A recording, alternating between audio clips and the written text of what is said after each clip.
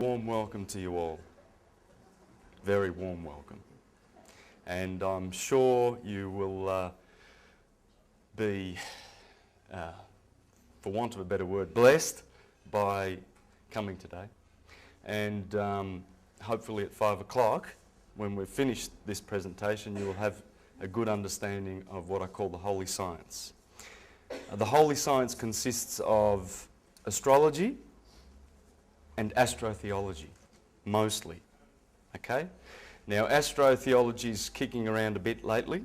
It has been for thousands of years, but it's been persecuted. So people don't know the characters. When they read about Jesus in the Bible, or Humpty Dumpty, for that matter, in the nursery rhymes, Little Red Riding Hood, they don't know who the characters are. We've lost the science. All the characters are the same people, the same entities. Those entities are always the most fundamental objects of the solar system. They are the characters. The characters that turn up in every myth, every legend, and every nursery rhyme, and every great Bible or Gospel, there they are. There's Helios.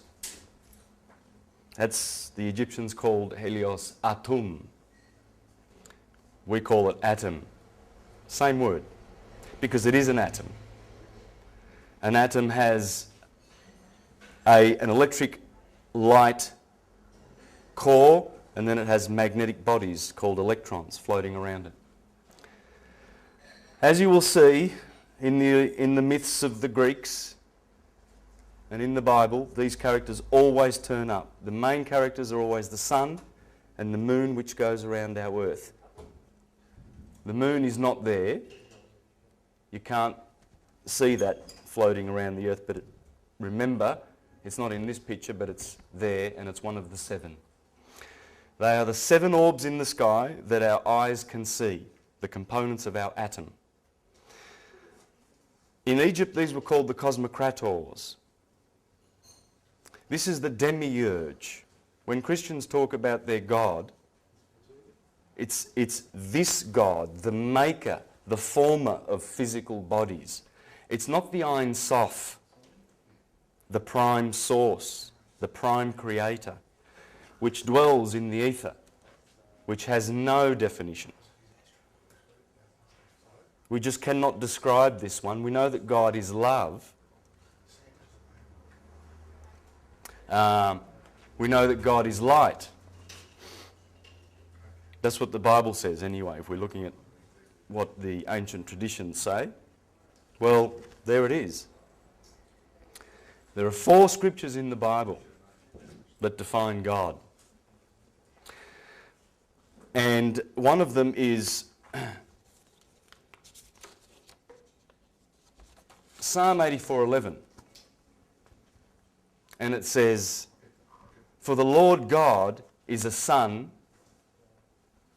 S-U-N, "and a shield." I'll show you what that means later, because there's a shield protecting our earth called the magnetosphere.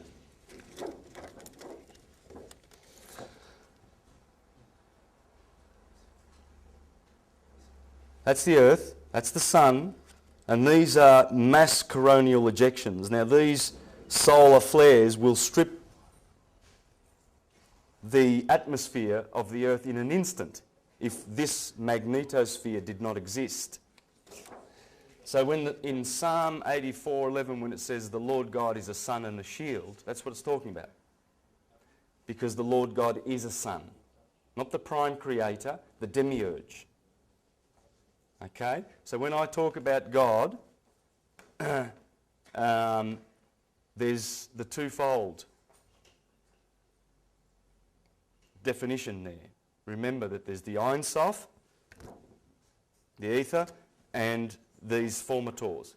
And how do they form our bodies? Well, the magnificent shapes that in the sky, geometric patterns that these patterns, that these planets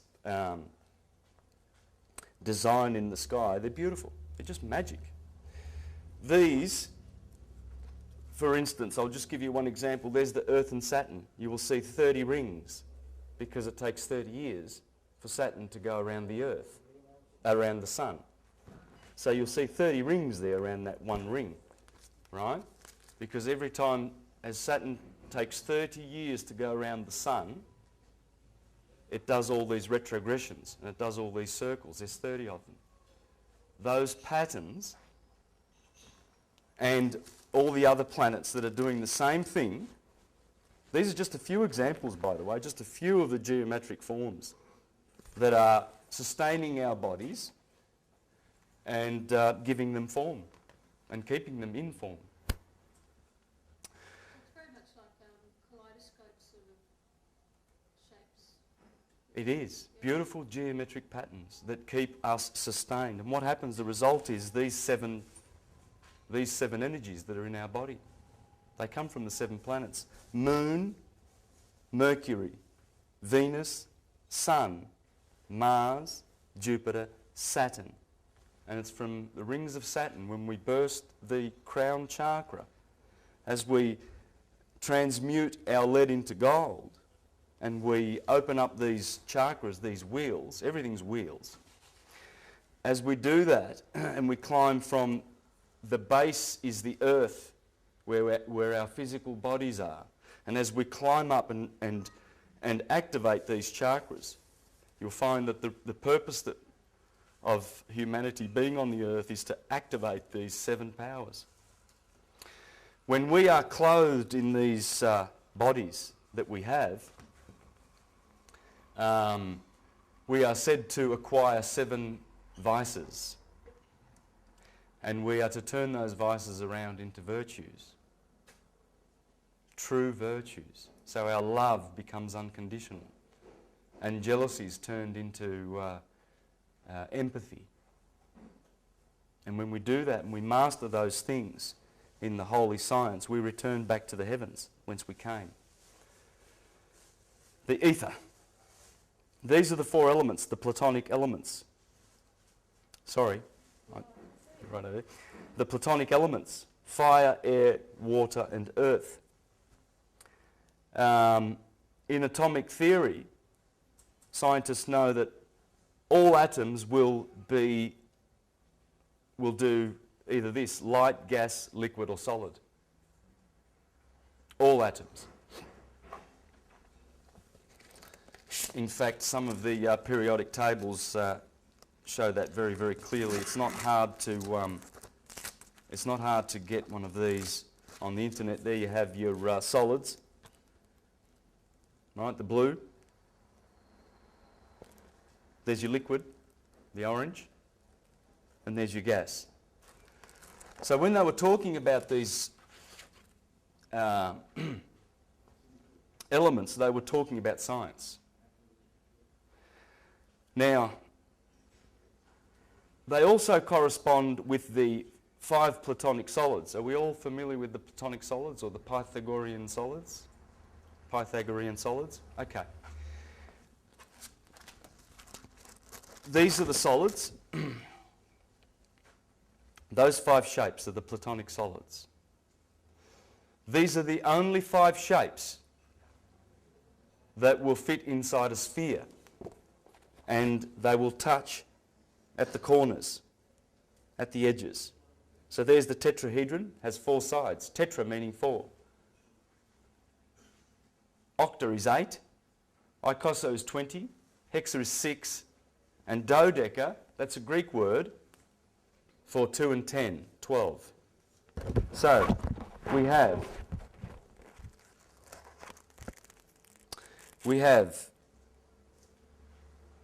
4 sides. That's fire. That corresponds with fire. So these are the light photons. Hex, carbon, corresponds with carbon. By the way, at the outer there I've got all the 4 elements that make up 90% of our bodies. Okay, and they correspond. These are perfect correspondences. And as they come down from the ether, they get grosser and grosser. Okay? Just bear that in mind. So these 5 Platonic solids are how atoms will act and behave and shape themselves. They will be either solid, fiery, radiant, gas, that's the octa, it's got eight sides, and icosa, water.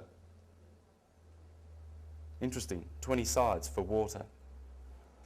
Right, and there's your dodecahedron, the ether. And that commands all of them, as you will see. All right?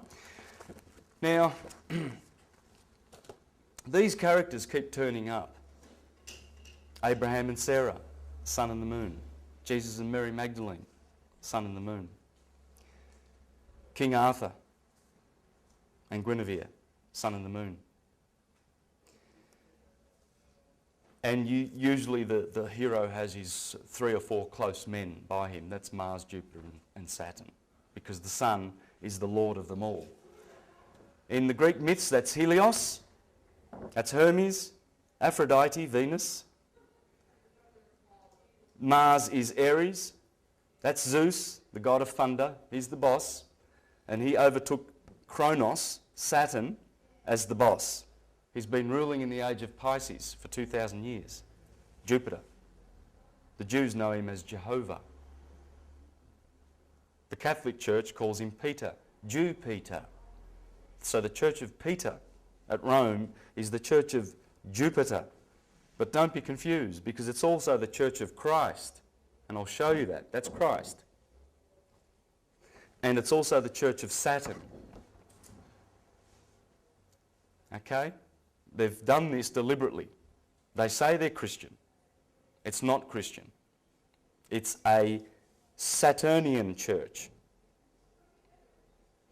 Hot. He's the hottest boy in the solar system. He's the coldest of the 7 that we see. Okay? So there's this, they are considered as twin brothers, Jesus and Satan. Saturn is Satan. And its church is the Latin church, the Church of Saturn. That's why they wear black. It's the Grim Reaper. This fella here, Saturn, there's actually a hex. This is a true picture of Saturn, people. There's a hex on top of Saturn. It's a gas giant. It's made of hydrogen and helium, just like the sun. That's a hex. And he's the Grim Reaper. So, as you will see later, you'll see how all this comes about and how it starts to make sense. But everywhere you will see these characters, and this hero, of course he's the hero, because without this sun in the solar system, we get to perish in an instant. He's our saviour. And as the Bible says, he's coming in the clouds. Every eye will see him. I am the light of the world. And those 4 scriptures that describe God in the Bible, God is love, John 4:8. God is light. Well, I wonder whether they knew what they were talking about when they said that. God is a blazing fire in Hebrews. Wonder what they were talking about when they said that. And how many Christians think about that? God is a blazing fire in the Bible. And the scripture I just read to you from Psalms, that the Lord God is a sun and the shield. So as we see, I'm going to show how all the fairy tales, all of them, all the nursery rhymes, all the legends, whether you've read the Ovid's Metamorphoses, or the Iliad, or the Odyssey, or the Aeneid, or Shakespeare, or Dante, or you can recall any of those nursery rhymes and those beautiful fairy tales at school when you were a little child growing up. Jack and the Beanstalk, Little Red Riding Hood, Cinderella. What do they mean? Well, we're going to learn the science of what it means. And they're all based on the natural cycles of nature. Everything. They're all based on the natural cycles of nature, which is basically our true religion. Now, true religion? Religion has had a war for the last few thousand years against science, has it not? There's always been this war. And the religionists have persecuted many, many scientists. Under religion we have theology. Under science we have philosophy.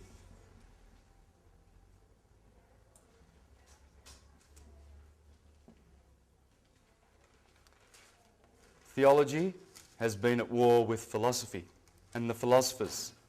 Plato, Hermes, Plutarch.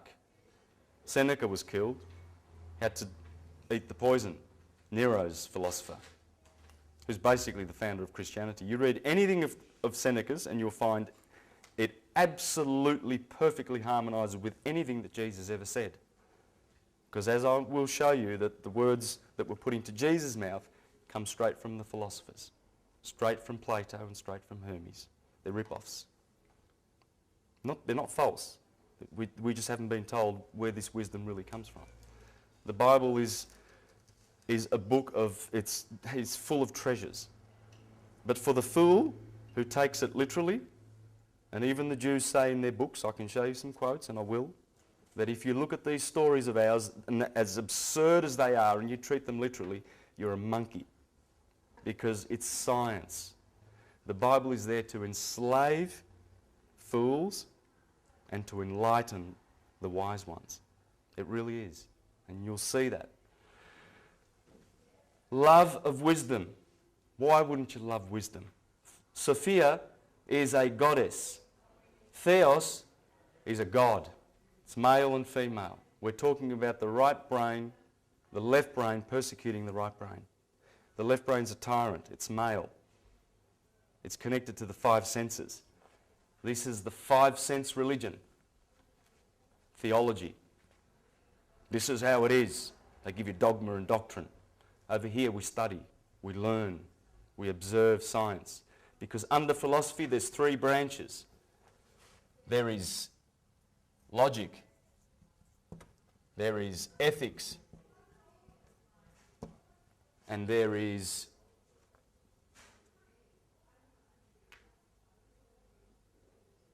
physics. Science. Science, science. It's all science. It's all learning. It's all understanding the world, how it is. Those boys over there have counterfeited these three and given us, sorry to turn my back on you, morals, ignorance, fear and superstition come here. They prefer you feed on ignorance, fear and superstition, and we'll give you some morals. We'll make them up and we'll shove them down your throat. Don't worry about your own ethics. Don't worry about your goodness and your path back to God. Forget about that. Just believe and you'll be saved. We'll have a vicarious salvation. Right? That's what the churches are offering. They're saying to you, just believe in our doctrine. Don't question. And one day, you're just going to get saved because you've believed. Don't worry about your alcohol problem and your whatever, anger problem, and the fact that you commit other crimes. Just come to church and believe. So morals and doctrine. That's how it works. That's how it works, guys. Here, how do I know the world? How is the world made? The world being what it is. How do I live in it in order to secure happiness? Apart from that, you don't need to know anything. What else is there to know? Excuse me. All right?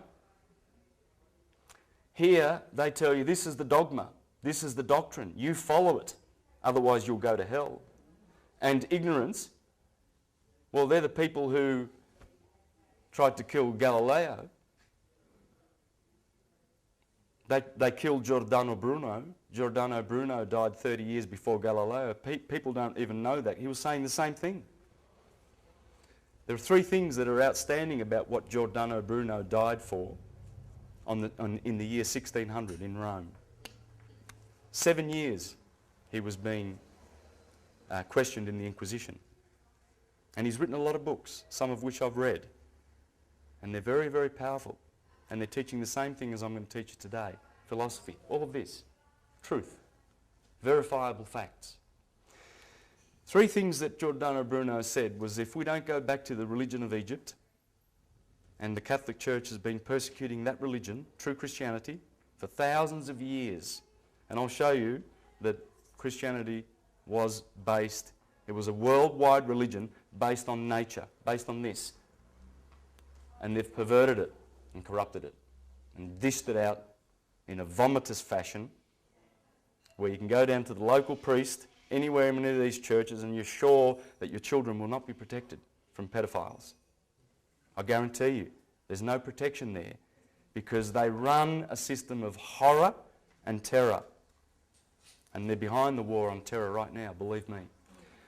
But this is coming back. It's coming back fast and ferociously because we are waking up the true science. Giordano Bruno said that in 1600. They pulled his tongue out. The day they burned him, they stripped him naked. They pulled his tongue out and put a device there and a nail through it so that he could not talk to the crowds at Piazza dei Fiori in Rome. There's a statue there today. And people on the 17th of February every year pay tribute to Giordano Bruno. Get on YouTube, get on the internet and study what he said.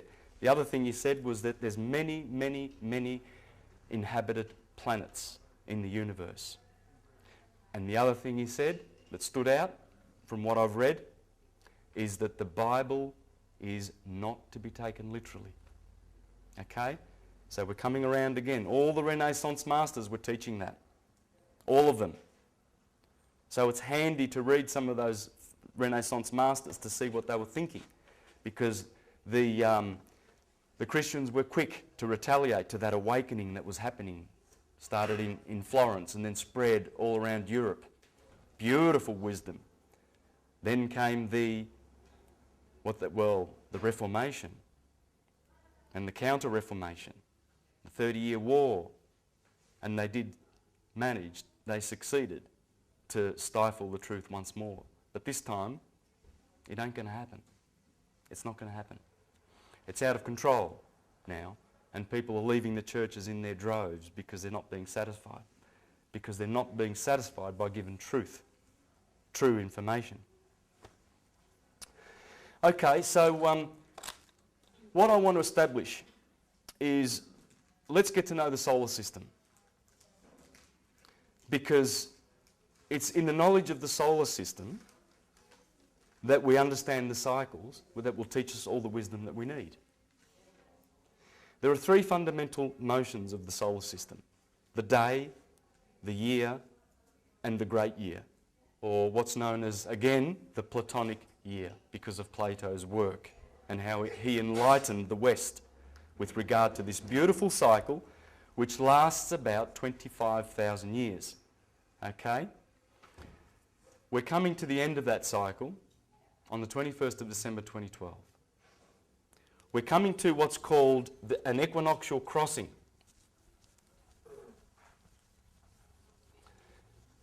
So what I'm going to be teaching now is I'm going to be teaching about the day, the year, and the great year.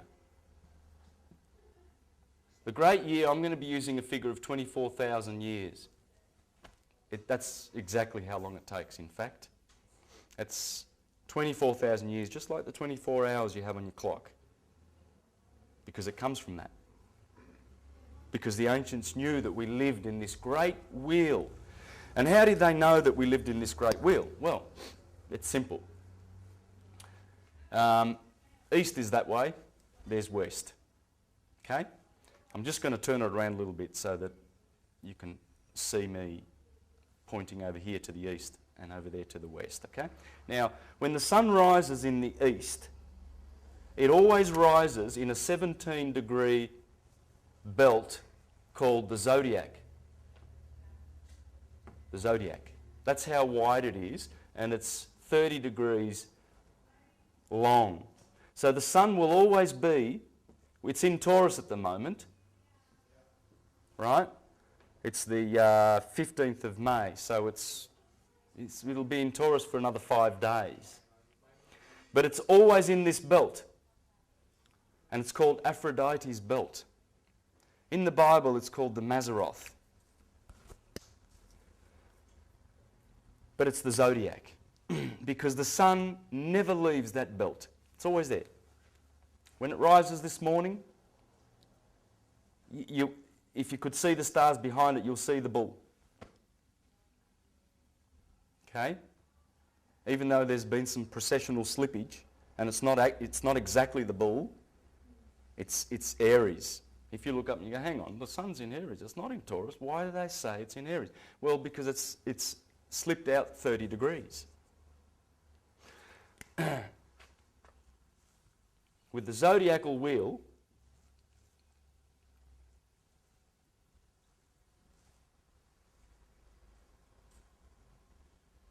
"12 signs of the zodiac" here. If you have Aries here and then Taurus here, the sun's actually here, it's not in Taurus. Because there's Pisces and there's Aquarius. We know we're going into the age of Aquarius. We've been in the age of Pisces for 2,000 years. Before that it was 2,000 years of Aries. Before that it was 2,000 years of Taurus in the Egyptian days. Because we're going backwards, we are going backwards through the 12 signs, and the sun stays in there for 2,000 years until it does a full circle, and that's 24,000 year great year. Now, when we look to the east, we see the sun rises in the east, sets in the west. The stars are doing the same thing. The zodiacal constellations are coming up in the east, and they go around and they set in the west. And so do so does the moon, and so do the 5 visible planets. Have you seen them this morning? Did you see there's a beautiful, there's a magnificent conjunction at the moment in Aries. There's Mars, 4 of the visible planets, and Uranus, which you can't see, are all in Aries. It's beautiful. If there's no clouds tomorrow morning, I suggest you wake up, because there's a pyramid in the sky. Yeah, it's like this. It's like Mars, Mercury, Venus and Jupiter. And of course Venus and Jupiter are so luminous, and you'll see it in the east. Is that, because I noticed it the other night, and I thought I was looking at to Southern Cross. It's in the morning, 5 o'clock. It's beautiful. All That this makes month. sense. Yes. Okay. And setting directly opposite in Libra is Saturn. I guarantee you that this is a war in heaven that is in all of our Bibles. I haven't had time to research it yet, but this is the big conjunction. Because in 3 months we're going to get a visit by a very large celestial body called Elenin. And around about September the 5th, all the way to the 22nd of November. And the 22nd of November is a very powerful date. It's the one and only day of the year in which our sun passes through the centre of the Milky Way galaxy. It does it every year. In between Scorpio's arrow and Sagittarius' arrow and Scorpio's tail. The 22nd of every month is powerful because it's the handover day, when one sign hands over to the next. When Taurus hands over to Gemini. It happens on May the 22nd. And then June the 22nd is the same thing. Talking about something from the 21st of May. They're saying, Christ will return on the 21st. All of these 21st and 22nds coming up are going to be very, very powerful, starting from this May. Because May the 21st is the opposite of November the 21st. And they are both days when the sun goes through the galactic plane every year. I'll explain that later. I'll explain that because that's very important. This is an amazing alignment. It's amazing that Saturn should be in Libra, which is the sign of its exaltation, if you know your astrology. So Saturn's very happy right now in Libra. Looks beautiful. In fact, if you look up, you'll see it's in Virgo, next door. So I'm looking at the Holy Virgin in the sky, and there's Saturn. It's beautiful. But really, it's in Libra. I'll explain this later. You have to understand this. The science is still all good and calibrated, regardless of that 30 degrees of slippage. We need not pay any attention to that, and I'll explain why. Okay? But the day gives us night and day, night and darkness. And there already you see the enemies of mankind. Night. The night has always been an enemy of mankind. The year is divided between two polarities of summer and winter. Winter has always been an enemy of mankind. That's when you die. It's cold. Most people die in winter, in extreme weathers. Lack of food. Didn't put enough bread in the pantry. The house is covered in snow and it's there for 3 months. And you've only got a chimney to breathe with.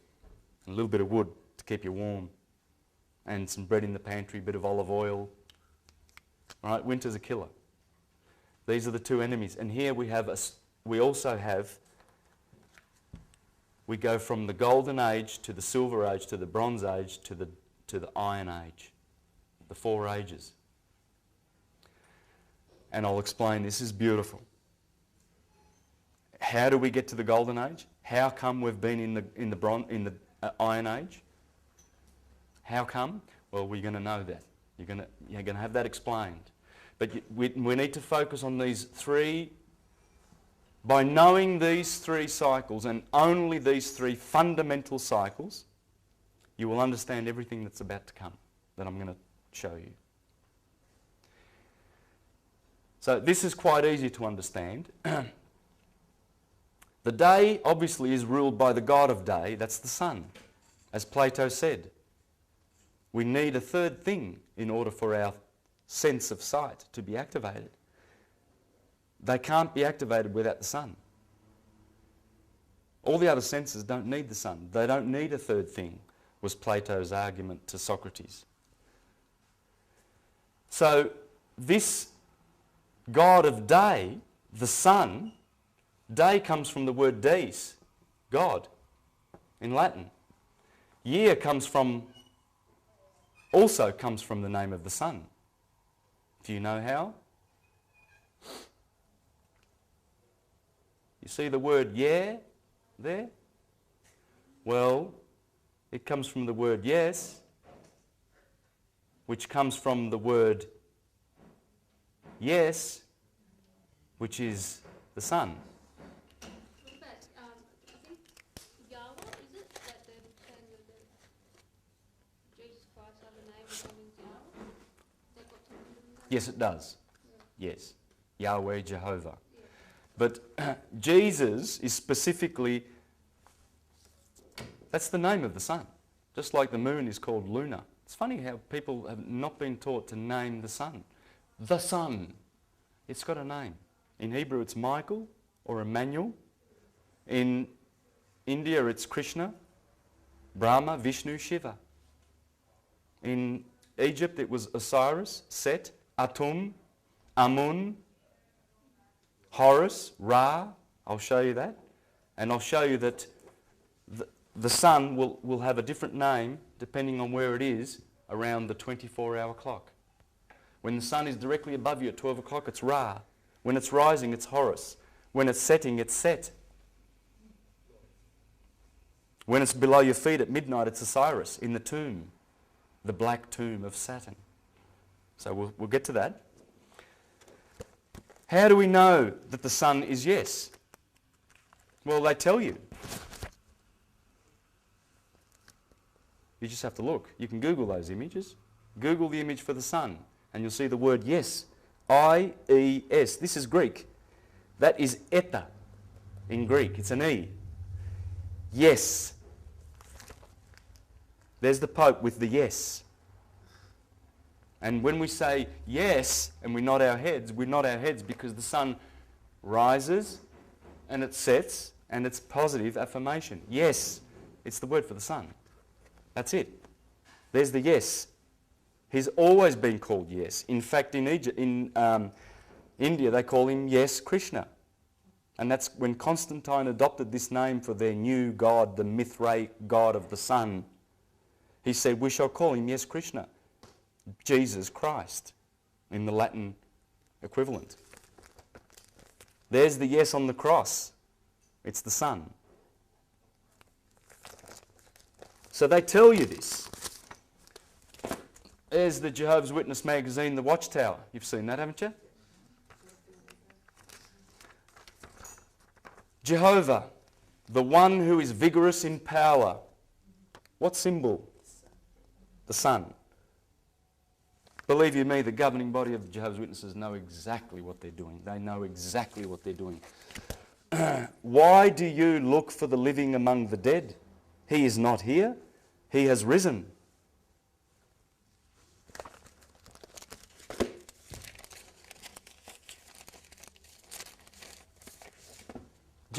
Just as the moon gives us the month, so does the God give us the day. Because the day comes from the word dio, dios in Latin. So it's the God of day. And the year, comes from yes, the sun.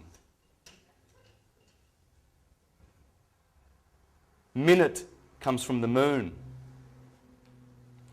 Hour comes from... Just switch those two letters around. That's all you've got to do. What hour is it? In other words, where is Horus? Where is Horus right now? What hour is it? Okay, so what I'd like to do now is explain to you this great year, because you're so familiar with this. It's not too hard. You get two seasons that are divided into 4, summer, autumn, winter and spring. And the same thing's happening here, by the way. People don't realise we've got quarters. We've got morning, afternoon, evening, night. We do. It's all in halves or quarters.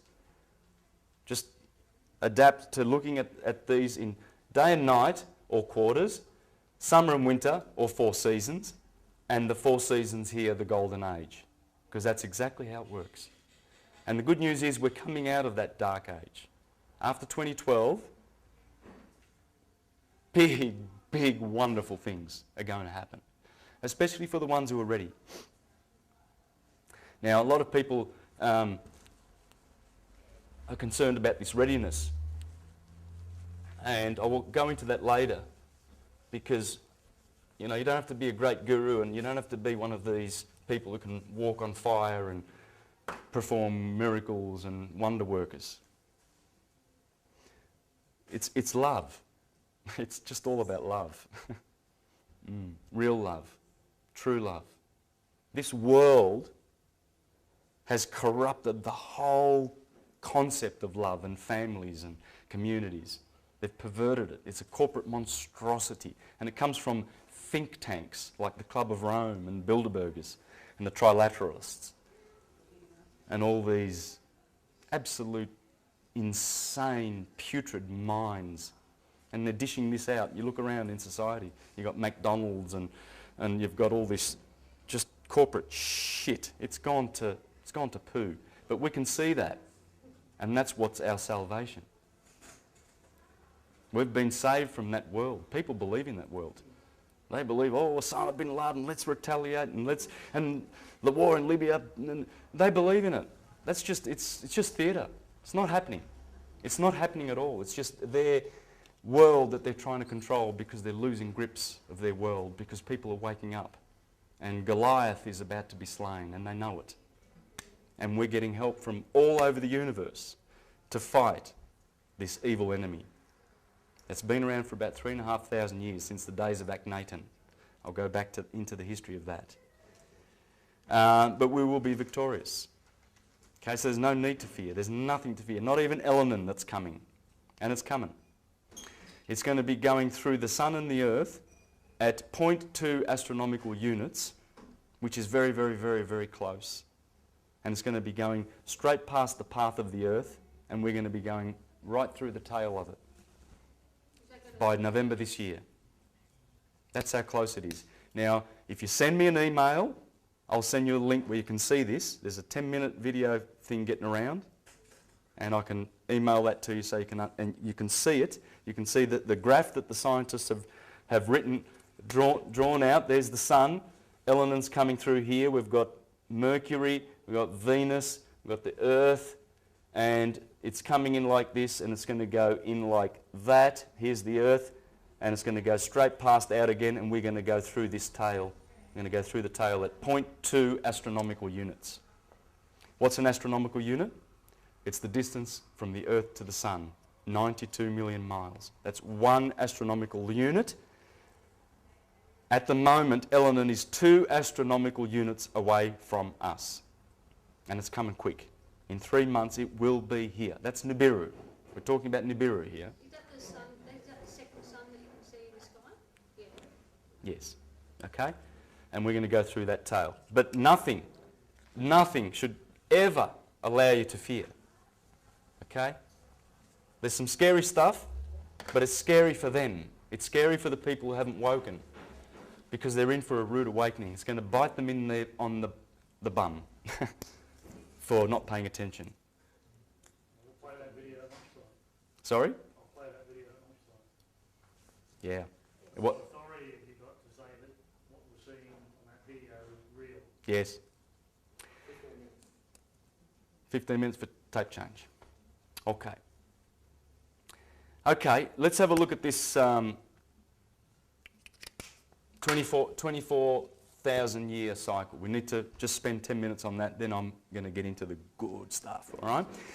This is a book that I'm going to be using for all the next 10 minutes, 15 minutes of graphs. This is Walter Cruttenden, Lost Star of Myth and Time. It's basically about our sun being in a binary. Our sun is in a binary with Sirius, the brightest star in the sky, 8.4 light years away. There are other closer stars, and usually when you, even Walter says, when you suggest that Sirius is the one that is in with our sun as a binary, usually people tend to say, well, what about, there are many more stars that are closer, but as you will see, I'm going to give you some proofs that we are in a binary with Sirius. Now, how he describes the binary, in a beautiful little picture here, which I will draw on the board for you. We have a binary with Sirius, and it goes something like this.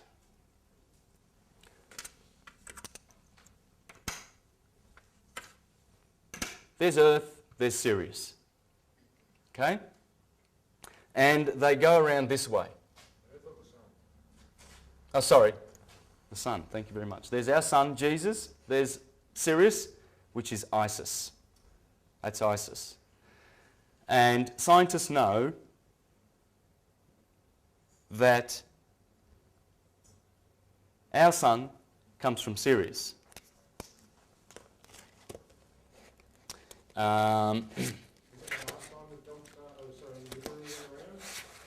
Sorry? No, Nibiru comes around every 3,600 years. All right, so it's different harmonic, but it's related to all of this. Just a little bit about Sirius.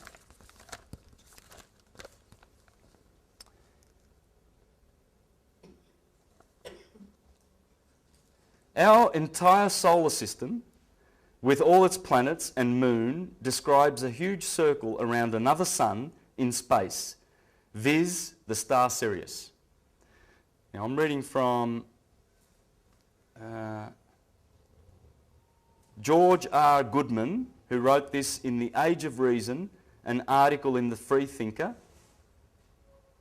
probably about 40 or 50 years ago, I don't know, but it's early 1900s.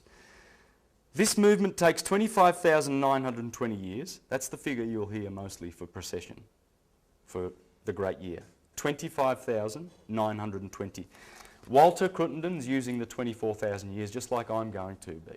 I'm using that figure, 24,000 years, not the 25,000, okay? And I'll explain why there's a difference. This movement takes 25,000 years to complete, and during that time, our sun appears to traverse through the various constellations or star clusters. This was already known to the ancient, from China to Mexico and from Babylon to Egypt. Okay, so Sirius is the star that is mentioned there. Our sun was thrown off from another sun, Sirius, doesn't mention it here, but it is Sirius, around which it revolves, taking 25,827 years to perform its cycle of the year. And the person who wrote that, Albert Churchward, in the 1800s.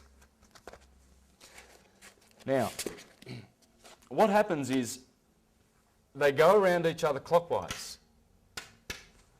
and it takes 24,000 years to do one circle, okay? When we come close to each other like this, we're in the golden age. So it's a long time. It's about a good solid 10,000 years the golden age lasts. Then we start going to what's called the silver age because of the distance now. There's more distance, you see. They're parting from each other and they're saying goodbye. Bronze Age, Dark Age. Simple as that. You can see that. That's quite clear to understand. Here's one fact that proves that we're in a binary that Walter Cruttenden presents, and that is the fact that Sirius, now a bright blue star, 2,000 years ago, was red. This is an amazing fact. When I tell that to people, usually they just don't grasp how important that fact is. Sirius has changed colours. Now again, in this folder that I have about Sirius, I've got, that's Aratus, the most 300 years BC. This is 2,300 years old, this poem. One of the first poems dealing with the movement of the suns and the planets and the zodiac and everything like that. It's beautiful. In here, he says Sirius is red. That's 2,300 years ago. We know it's blue. I've got, so that's Aratus. I've got Marcus Manilius, the astronomer to Caesar Augustus. Astronomica, one of the most beautiful poems that will teach you, most of what I'm teaching you comes out of Marcus Manilius here today, that poem. 5 books called the Astronomica. In there he says, now get this, he's the first one that describes it as blue. Talking about Sirius, he says, hardly is it inferior to the sun, save that its abode is far away and the beams it launches forth from its sea blue face are cold. Now, and I've got Horace, 1st century Horace, saying it's red. Seneca, red. And Ptolemy, red. So what's this, how do we resolve this matter? How do we understand what happened with Sirius 2,000 years ago? Well, it was exactly 2,000 years ago that Sirius turned blue, because when, let's say this is our Earth, okay, our sun, and this is Sirius, and they're moving away from each other. Moving away is the Doppler effect called red shifted. So those bodies that are red shifted, are moving away from us. Blue is coming towards. So Sirius must have, 2,000 years ago when it changed colour, it must have turned that corner and then started, and now it's coming toward us as blue. Simple as that. It cannot be any other reason. There are scientists, if you get on the internet and you look into this problem of Sirius turning blue, there's a lot of articles up there, and you'll see how a lot of mainstream consensus scientists try to write this phenomena off by saying that it must have been some sort of, there must have been some astronomical, cloud dust or something around that time, and it appeared red because we could just see the red refracted light coming through that cloudy stuff that was around. No, we're in a binary. And here's some other proofs that we're in a binary. Now notice I said to you that that is a clockwise orbit. They go around each other clockwise because with our orbit around the sun, we go around the sun every 365 years in an anti-clockwise orbit. And we also rotate, Earth is rotating anti-clockwise. So if we go back to those three fundamental motions of the solar system, day, year, and the great year, we see that these ones are anti-clockwise, these two motions, anti-clockwise and anti-clockwise. So we do 365 of these anti-clockwise turns, rotations, as we orbit the sun 365 times, right? Anti-clockwise, anti-clockwise, clockwise. Why am I stressing this? Well, all those celestial bodies, the sun, the stars, they all come up in the east and set in the west. That's because we're going around anti-clockwise. If we were going around clockwise, they would come up, the sun would rise in the west, and the stars, and the 7 planets, the 7 visible planets. They're called the wanderers, because the stars behind them, even though Jupiter looks like a star, you look up and you see Venus, you think, oh, it looks like a star. It doesn't look like a planet. All right? But those ones are wandering, because they move fast. And you can see that they call them the wanderers, whereas the fixed stars are always relatively fixed.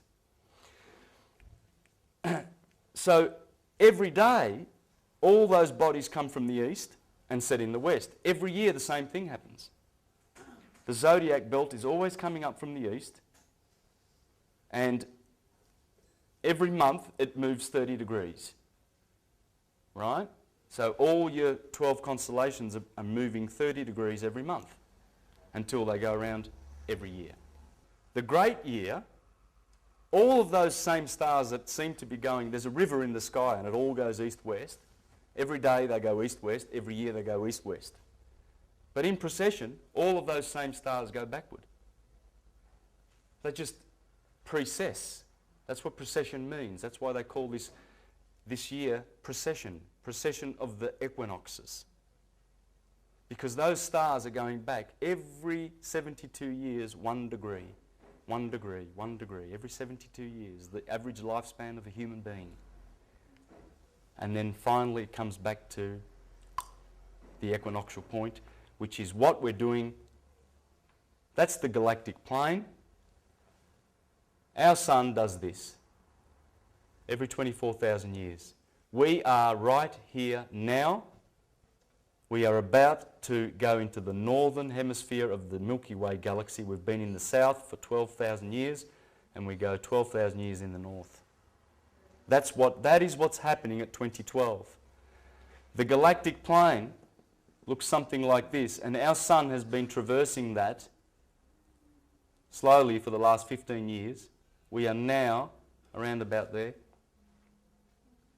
And that's what 2012 is all about. That's all it is. It's an equinoctial crossing. But why aren't the governments of the world preparing a great big party? This only happens once every 24,000 years. Why the silence? Why is there so much silence about this beautiful science that is taking place right now in our lifetime? All right, so we see that the daily and the yearly motions of the stars are east-westward, but in precession they go the other way. So that's why you have pyramids and stones like Stonehenge and all these monuments that are there to monitor precession. That's why they're there. But they're also there for the day and the year. But most importantly, they're there for precession.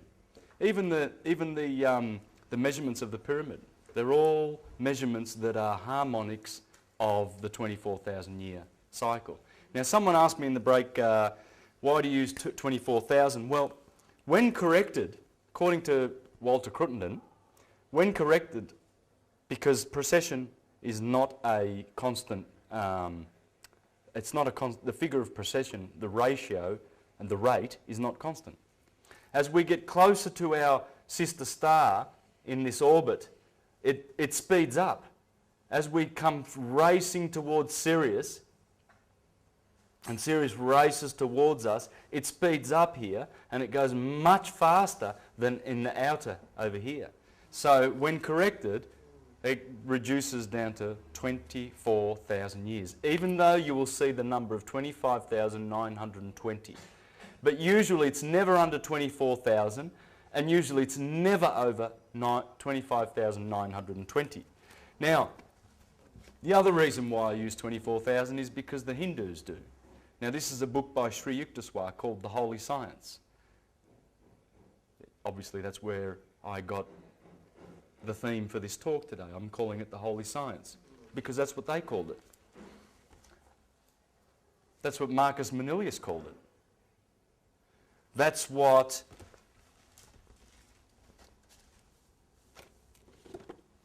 you probably haven't heard of this guy, 2nd, 3rd century astrologer, called Firmicus Maternus.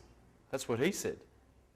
It's a sacred and pure science, the holiest science, the most beautiful information that you can ever have. Now what does Sri Yukteswar say in The Holy Science? Well, this is what the Hindus knew, and where did they get their information from? Well, begs the question. We need to ask that and do some research into that because science doesn't tell you much about the great year. We've forgotten about it. You don't learn about it at school. You don't learn anything about it. It's creepy. It's the most important cycle that we should understand it, because then we can understand how history went from good down to bad, then went back up to good, then went back down to bad, like a yo-yo.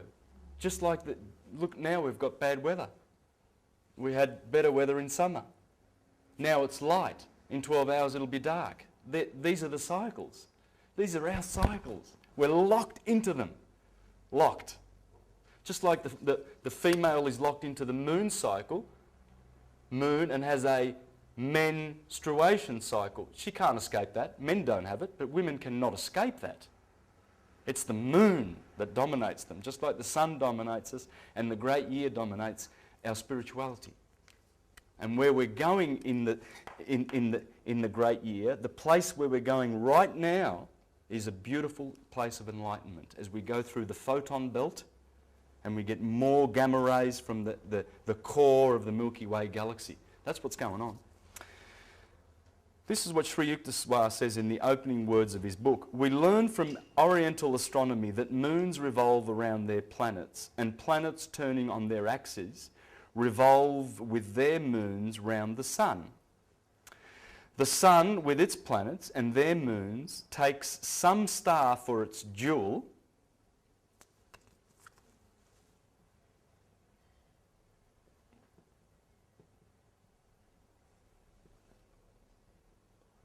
binary, yeah. Is that right, spelling? Yes.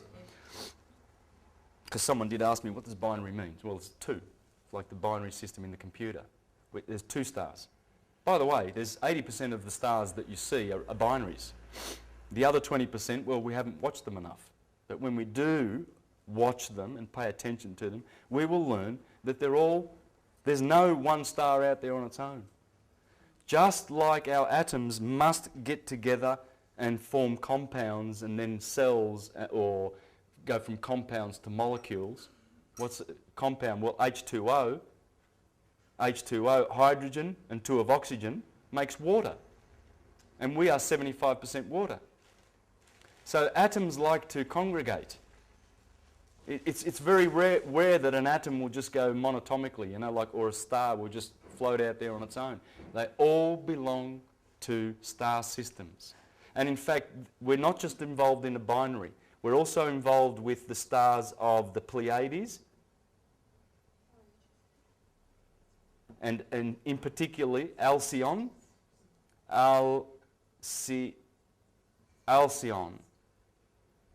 Pleiades, and we're also involved with Procyon, the small dog. This is the big dog. Sirius is in the big dog, Canis Major. Canis Major. Procyon is the small dog. They're the 2 dogs that follow Orion in the sky, the hunter, as he kills the bull, Taurus. Right? He's got his 2 dogs behind him. One's the small dog, and Sirius is the big dog. And the reason why they call it a dog is because it dogs our star. It follows our star. It's the dog. Keeps dogging our star, following it.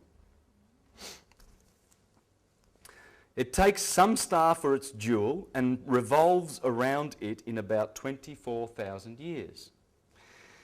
Of our Earth, a celestial phenomenon which causes the backward movement of the equinoctial points around the zodiac. Just what I've said.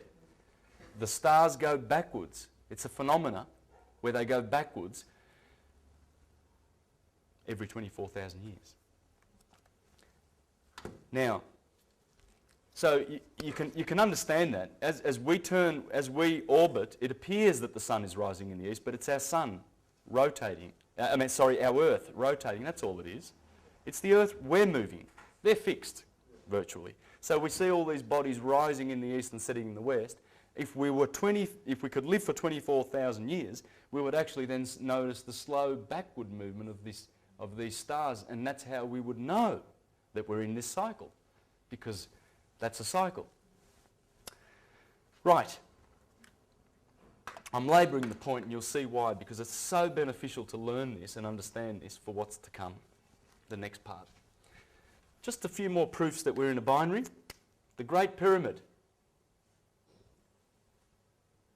There's King's Chamber, Queen's Chamber. There's a beautiful big King's passageway there, and then it shoots off there to the Queen's Chamber, and then it comes down here, and there's the entrance there. There's some underground stuff going on down here, right?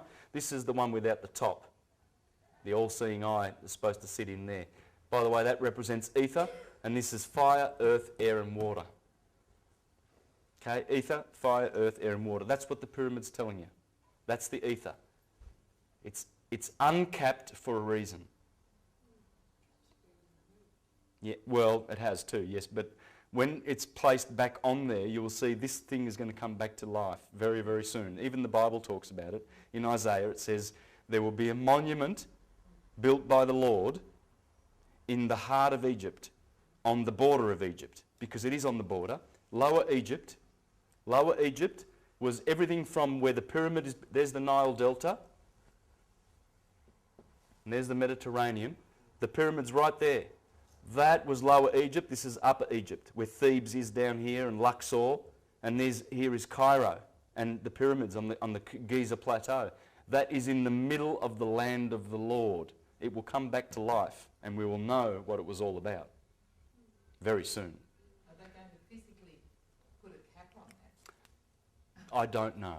It's going to be interesting. It is, but something's going to happen with a cap.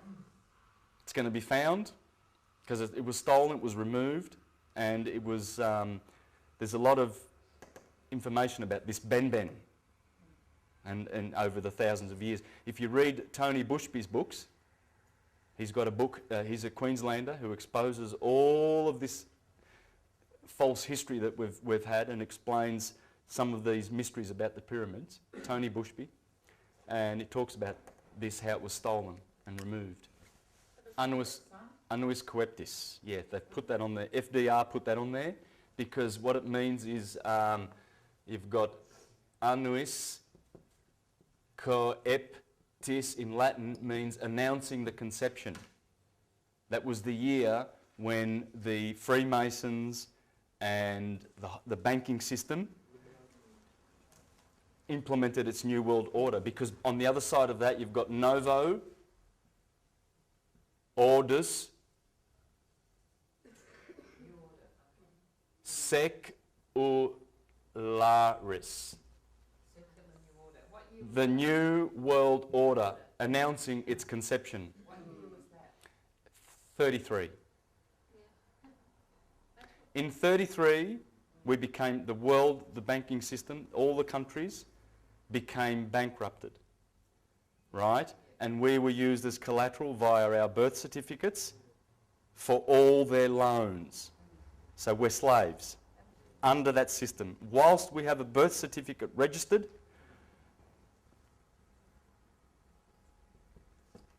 Regis is the king. You have given the title to your soul to the Vatican, and the people who manage that, who manage this trust, we have a trust, it's worth about $15 million. Your birth certificate's worth a lot of money. The bankers are issuing bonds against it from the day you were born and making billions. You have earned billions for the bankers, billions. Have a look at Tim Turner. Tim Turner on YouTube, America Can Be Free. And you will learn how he is bringing down the court system in America, probably single-handedly. Big suing, big cases. We're going to catch these bastards. The private guild have been running the Vatican's trust system since the Knights Templars from about the 1500s. They have been running this system. So when you go to court, you actually front up to the priest. It's ecclesiastical. It's the Inquisition. The summons is an indulgence. You're going there to pay an indulgence. You're going there for a court hearing. Father, I have confessed. Because they're managing your account. Because you're a ward of the state. You handed in your birth certificate. Yeah. Well, we do that to our children too. I did that to my son. But now I know. But you can collapse these trusts. There's a guy called Franco Collins in Australia.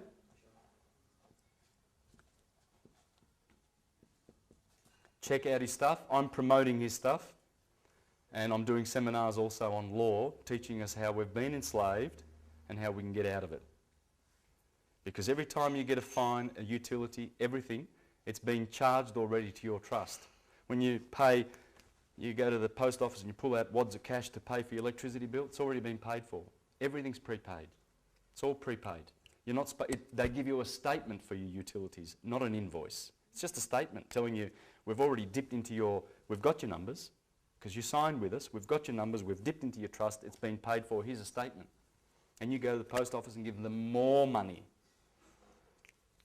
We've been enslaved, we've been duped in a big way. But it's more important that we focus on this, because this will show you the biggest lie that was ever told. Not that one. That's the second biggest. The biggest one is about the Jesus history story. It's a big lie. It's a whopper. But the bigger you tell them, the more the stupid ones will fall. They'll fall. And they're going to their churches in droves, learning about a historical Jesus who's going to appear one day and save them. It's impossible. We are responsible for our own salvation through the course of love and consciousness and truth. We speak truth to one another. We verify things. We prove things. We are scientists and philosophers, lovers of wisdom. We don't go down their path. You see how people, when they get in a uniform, like a policeman, you see how they act, and they're tough, and they're over and above you, and they're going to indict you, and they're going to, and I've got tasers and I've got guns. This is barbaric.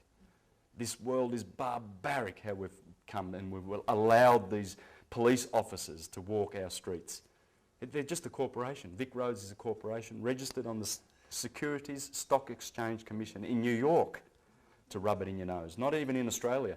It's all of it. The Commonwealth of Australia, Vic Roads, all of these corporations are all registered in New York. They're traders. Everything. Political parties, all of them. That's all it is. But this exposes them. First you get to the biggest lie, and then you deal with the second biggest lie and all the ones thereafter. This is big exposure. There's a shaft running out there, there's a shaft there, there's a shaft there, there's a shaft there. The 4 air shafts of the pyramid, okay? This is south, this is north. These stars point to Draco in the north. Aren't 2 of those blocked? Yeah, they're all blocked. Aren't 2 of them only go out? All of them. They're all blocked. They're all blocked around here. This is the Gutenberg one where they sent that little... this is the interesting one because this points to Sirius. It always has, it always will. Because Sirius does not precess. Remember those stars that precess every 72 years? Sirius is always there. Is that the pole star? No, that's the pole star. Polaris is over in Draco. Not in Draco, but The pole star doesn't freeze. north and south. Yes, well the pole star, there's no star at perfect north.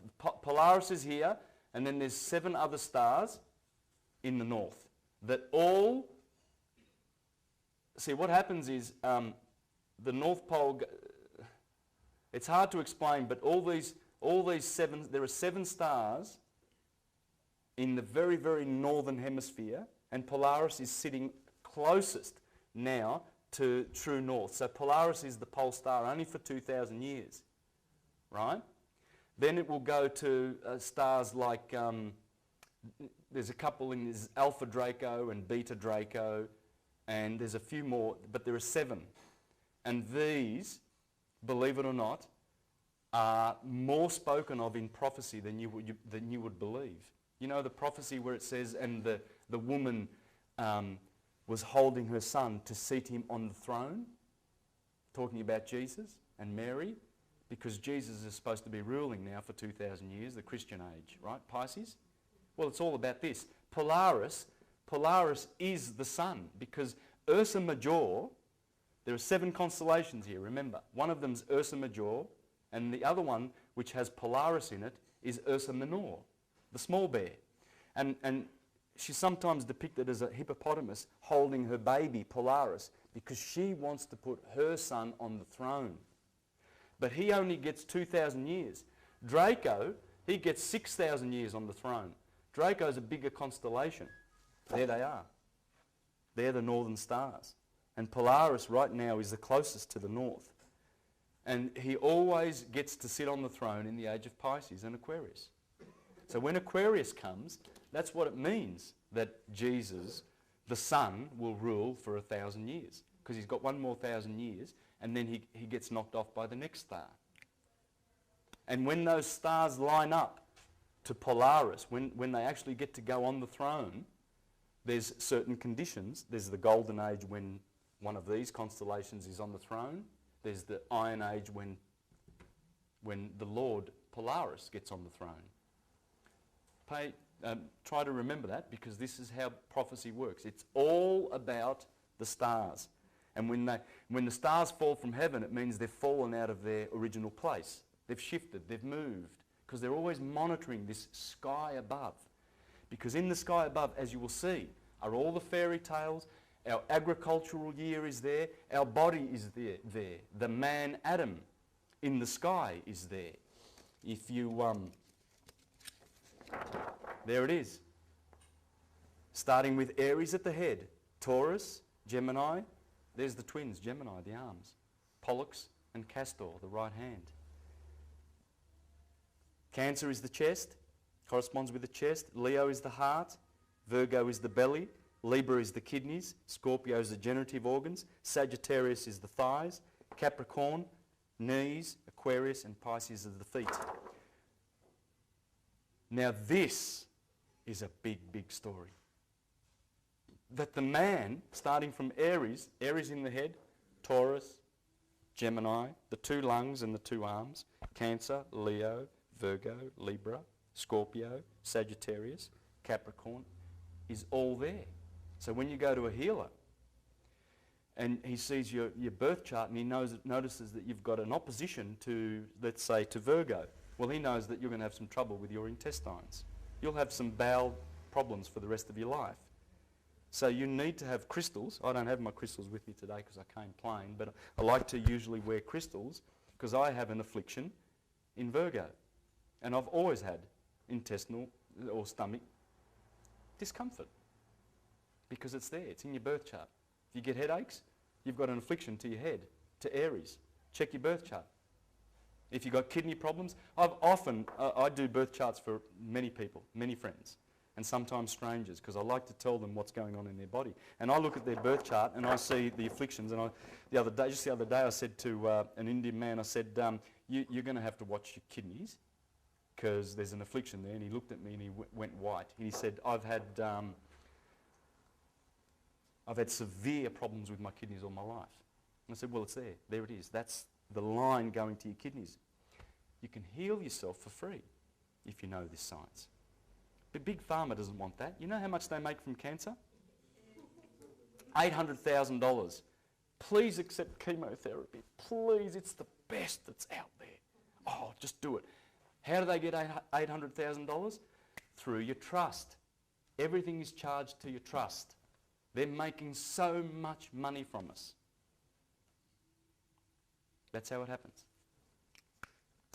Alrighty, so let's get into just a couple more reasons and proofs that we're in a binary. Because we've already discussed the fact that Sirius has turned blue. This shaft here is always pointing to Sirius. It doesn't precess. He mentions it here, mentions all of the proofs that I'm going to give you. Let's go for some more proofs. January the 1st. Every January the 1st, there is an alignment. Guess what that alignment is? Sirius, the Earth, and the Sun. In fact, on January the 1st, when we're out there at South Bank watching all those firecrackers and the display, what people fail to notice, if they look straight above, almost straight above, and you should do this at 1 o'clock because we have daylight saving, and normally it'd be 12 o'clock, but do it at 1, right? Next January the 1st. Just look up and you'll see Sirius. Midnight. And below your feet is the sun. It's midnight, so the sun's below your feet, and directly above is Sirius, and in between must be the Earth, because you're standing on it. So this alignment proves that we're in a binary. We're in an elliptical orbit around the sun. Let's put the sun here. So when we orbit the sun, it's not like this. It's not in the middle, and it's not a pure circle. It's a bit like that. This point here is January the 1st. Let's just exaggerate it a little bit. That's January the 1st, guys. Interesting? That's why it's the first day of the year. It's got nothing to do with our sun. If you're going to make the first day of the year based on our solar system alone, it would have to be either December the 21st, March the 21st, June the 21st, or September the 21st. It has to be either an equinox or a solstice. It can't be January the 1st. January the 1st doesn't make sense at all. But it does when you know that if this is perihelion.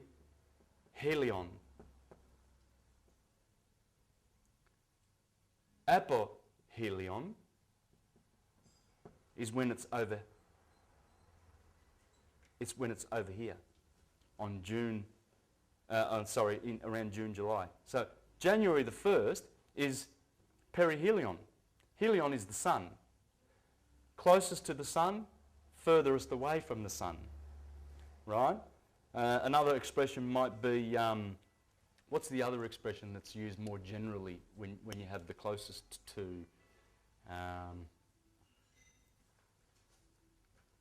Oh God, it'll come to me. But when we're dealing with the sun and when the planets are actually closest to it, we use this expression, perihelion.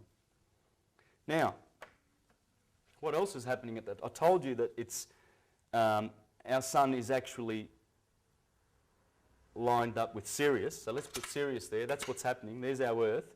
This is January the 1st every year. Notice anything interesting about that?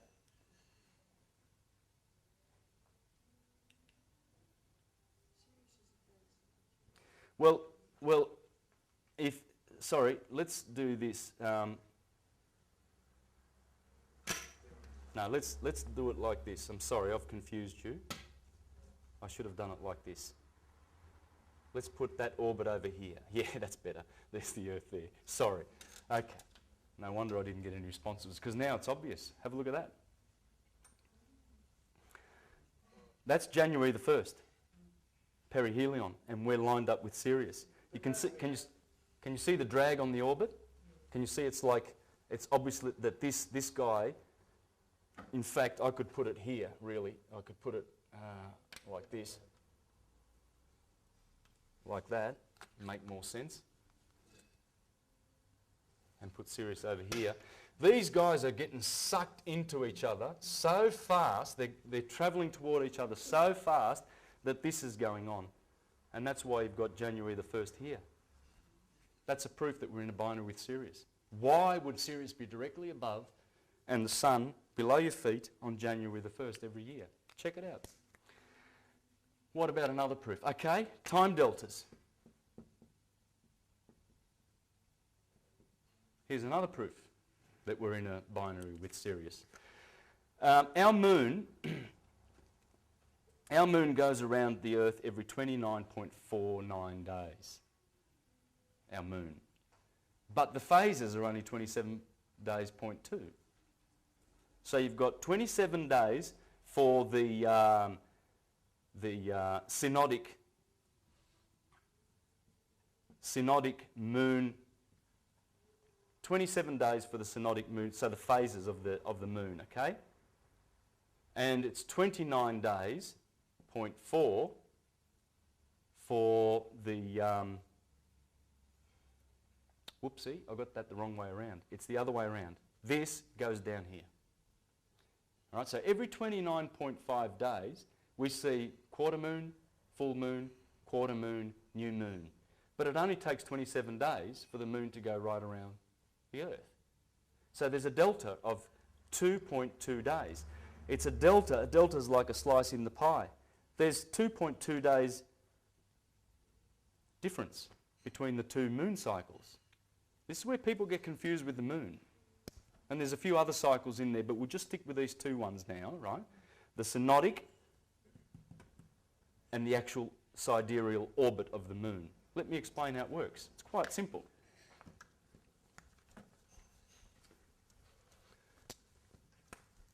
So, there's our sun, and here we are orbiting around the sun, and there's the Earth, nice and green, and we have a moon that orbits anti-clockwise around our anti-clockwise rotating Earth. Right? Now that moon, from that point to there, it will get to there in 27 days. It'll go around in 27 days, 27.2 days. But because our Earth is moving, in around about 30 days it'll be there. Okay? Because it's moved from here to here, and it's going to, every 30 days it'll have clocked the orbit, right? It's gone around the orbit. Okay? So 12 months of the year. So it's moved from there to there. So, and it's curving. Everything is curving around the sun. So that explains that time delta. Because our moon wants to go around the Earth, right? So what it does is the Earth is moving while it's going around. It's moving and moving and moving and moving. By the time it starts from here and gets back to that point, it will have to get back to that point over there. And it's moved 30 degrees. Right? And that going around takes 27 days. But the phases are lagging behind by 2.2 days. Because it had to, that's the 2.2 days from there to there. Because it's moving, it's a moving target. So it's got to catch up. So the phases, finally the last phase catches up with the moon from here to there. Okay? If What's called void of course, when it's transitioning from one sign into another, there's a void. no. No, that's something different. Yes. Yes. No, it's not that.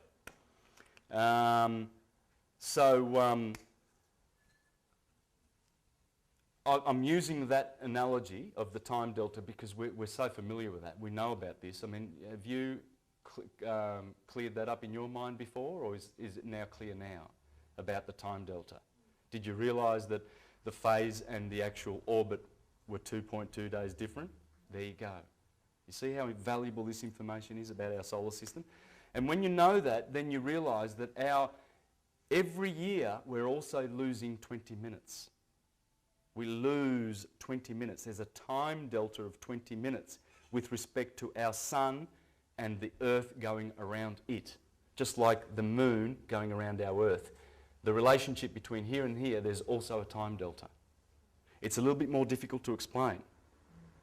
But if you get the book, and I do recommend you read this book, because he's gone back and he loves this guy, loves him, right? And he loves all those myths. That's why he's called this the lost star of myth and time. We have suffered in our knowledge of this binary. It's our problem. The time delta works like this, because our sun is curving around Sirius, there has to be a time delta.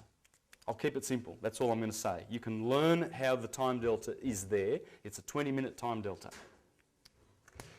Now that's enough of the proofs. There's a couple more. There's the thing called shear edge. Our solar system, if that's the sun, and these are all the planets going around it, and then there's the asteroid belt out here going around, and there's a lot of stuff. There's the Oort cloud and the Kuiper belt, and all of a sudden it ends. There's a shear edge. It just stops. No asteroids, no rocks, no nothing. Just beautiful, clean air. And this is way outside of our solar system, like about 40 or 50 astronomical units. We're talking 40 or 50 astronomical units. Remember, an astronomical unit is 93 million miles. So at 40 or 50 astronomical units, there's a shear edge. There's nothing. These are all rocks and everything like that. And this is just our solar system there, right? Then you go out into the Kuiper belt, and then there's a shear edge. Well, because obviously we're rotating around another star, which also has a shear edge. And when those asteroids and everything come close to each other, they repel each other and keep them in a body, which is called a solar system. That's what it is. That's another proof that we're in a solar binary with Sirius. And there's a few more, which I won't go into because I want to get into the juicy stuff. It's coming. All right? Now, so we've got a good grasp of the solar system now. All right? We know a little bit more than we did 2 hours ago, okay? There's more to learn, but it doesn't matter. We'll keep it simple. The day and the year, all of the cycles that we live in are attributed to the timekeepers. I showed you how the moon comes from month, year comes from yes, the sun. So we have established that all our cycles, these boys and girls, these are the Elohim. Venus is a girl, Mercury is a girl, it's a hermaphrodite. The moon is a girl, he's a boy, he's a boy, he's a boy, and he's a boy, Mars. These are the only solid bodies in the solar system. These are all gas. These are gas giants, Uranus and Neptune, Pluto. Gas, solid. Boy, boy, boy. So you've got Thor, Woden, the one-eyed Woden. Zeus is always one-eyed. And he's the god of thunder. Why? Well, have a look at the Voyager images of Jupiter and look at the surface, and it's just chaos. It's electric chaos. It is an electric storm. There's billions of storms going on around its atmosphere all the time. They knew it was the god of thunder, because it is. He represents ether. He's the one that brings in the ether into our solar system. This one brings in the fire, the hydrogen. This is the fire guy. And the air is Venus. and the water is the moon, and the earth is Saturn. All of those planets are bringing in those four. They all harmonise with this. In fact, everything does. Your bodies do. Everything harmonises with the 7, Elohim, or the 12 potential energies.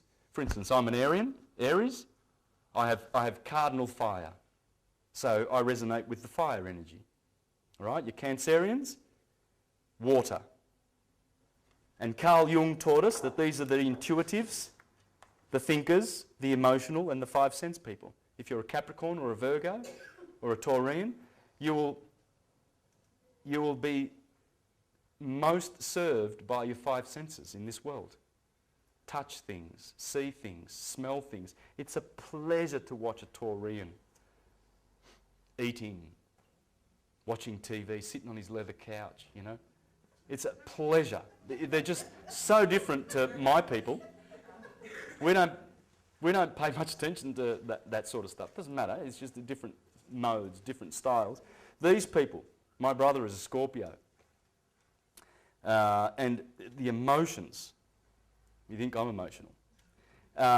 It's a pleasure to watch a Piscean, mutable water, or a Scorpio, fixed water, or Cancer with the moon, especially females, Cancerians. Their emotions, it's just beautiful. It's exquisite. That's if their emotions are balanced. If they're unbalanced, you know, your Cancerians and Scorpios, you know, they're a handful. And the air people, my son's Libran, it's busy eyes. Aquarians, busy eyes. Why? Because their mind, these are the mind people, the spirit people. This is the sign of the man. You look at the air signs and you've got a scale with a man in it. You've got the 2 Geminis, that's 2 humans. And you've got Aquarius, the water bearer. All the others are animals. These are human. It's mind.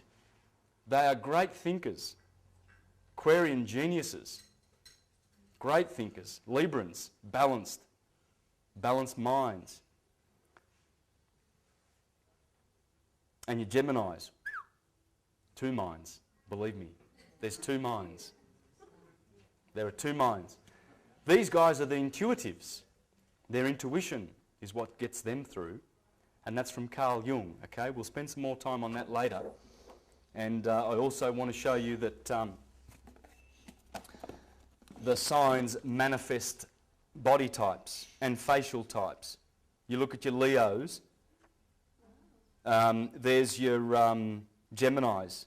One eye goes one way, one eye goes the other way, like a bung eye. They've got the skewed facial look because they've got 2 faces, haven't they? Yeah, I love it. I can pick Gemini straight away. Just you can see that sort of... Hold it up. There's your Geminis.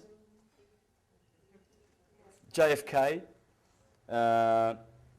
Who we got here? Clint Eastwood.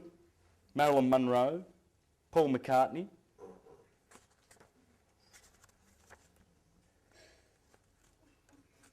There's your Leos. Feline features. They've got the feline eyes. Or they've got the lion's mane. Big mane. You can see the features. Can you tell me something about cusp signs? Yes, well, yeah, we're going to do that. We're going to do that. It's all going to come out in this graph that I'm going to do right now. We'll get into the astrology. Astrology is very, very, very important. Very, very sacred science. Just want to share with you how Marcus Manilius introduced his book. I love reading this. It's worth reading. Marcus Manilius, the astronomer to Caesar Augustus, and if you read this poem, I promise you, you will understand everything that I'm going to do today, because I learnt most of my stuff from these ancient astronomers. You've got to read Ptolemy, you have to read Firmicus Maternus, and you've got to read Marcus Manilius, Aratus, Plato, Hermes, most important.